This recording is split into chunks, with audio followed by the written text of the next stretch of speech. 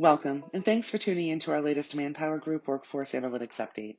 I'm Raylene Gagnon, Vice President of Global Market Intelligence at ManpowerGroup Talent Solutions.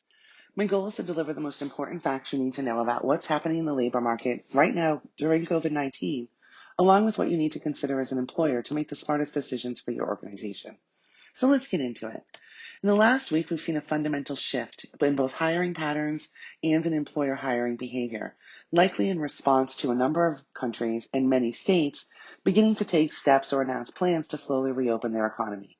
So globally, we have roughly 20 million jobs available, and of those, nearly a third are for remote workforce opportunities, and nearly 20% are being contracted through staffing agencies. We see a similar pattern when we dive into the United States. So of around 5 million jobs that are available across the country today, over 18.5% of those are permanent jobs that are available and do not specify job location, which indicates not only that they are remote ready jobs today, but that they're likely to remain remote workforce opportunities in the future. And 15% of the available jobs in the U.S. are being contracted through staffing agencies. Both of these things indicate a shift in employer hiring patterns that could tell us a little bit about how the new normal will adjust as we move into recovery. Another thing to consider too is that of the jobs available today, 67% of them require less years of experience now than they did for the same roles back in January. So for essential personnel, where individual companies were looking to hire large volumes of workers as cashiers, as clerks, as warehouse or logistics workers, the job experience requirements have dropped to little to none in many cases in order to meet the hiring needs that existed.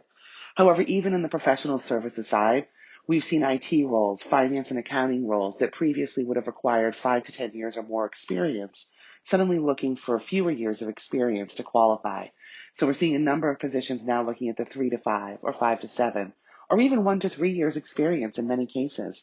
So this is an opportunity from an employment standpoint for organizations to get access to a larger volume of potential candidates for particular roles.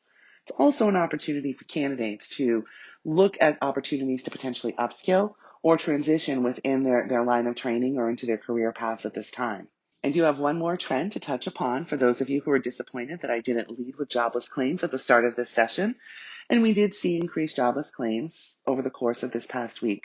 However, as we started to look back over the pattern of the past month and a half, we are seeing a decline in week over week numbers of filings. So last week we had over 13% fewer filings than we had the week prior. And at the same time, we're seeing an increase in new job postings across the country. So while I'm certainly not suggesting that we have as many new jobs being created as we do unemployment claims being filed, we are starting to move towards that balance. And as many economies begin to reopen, we'll be able to start to build some models to look at how the return to work will look for a number of those people who will be returning to those non-essential operations as they resume their operations and hiring activity. So my team continues to monitor the markets and the workforce trends daily. I'll come back to you next week with the latest. Stay tuned, and until then, stay healthy.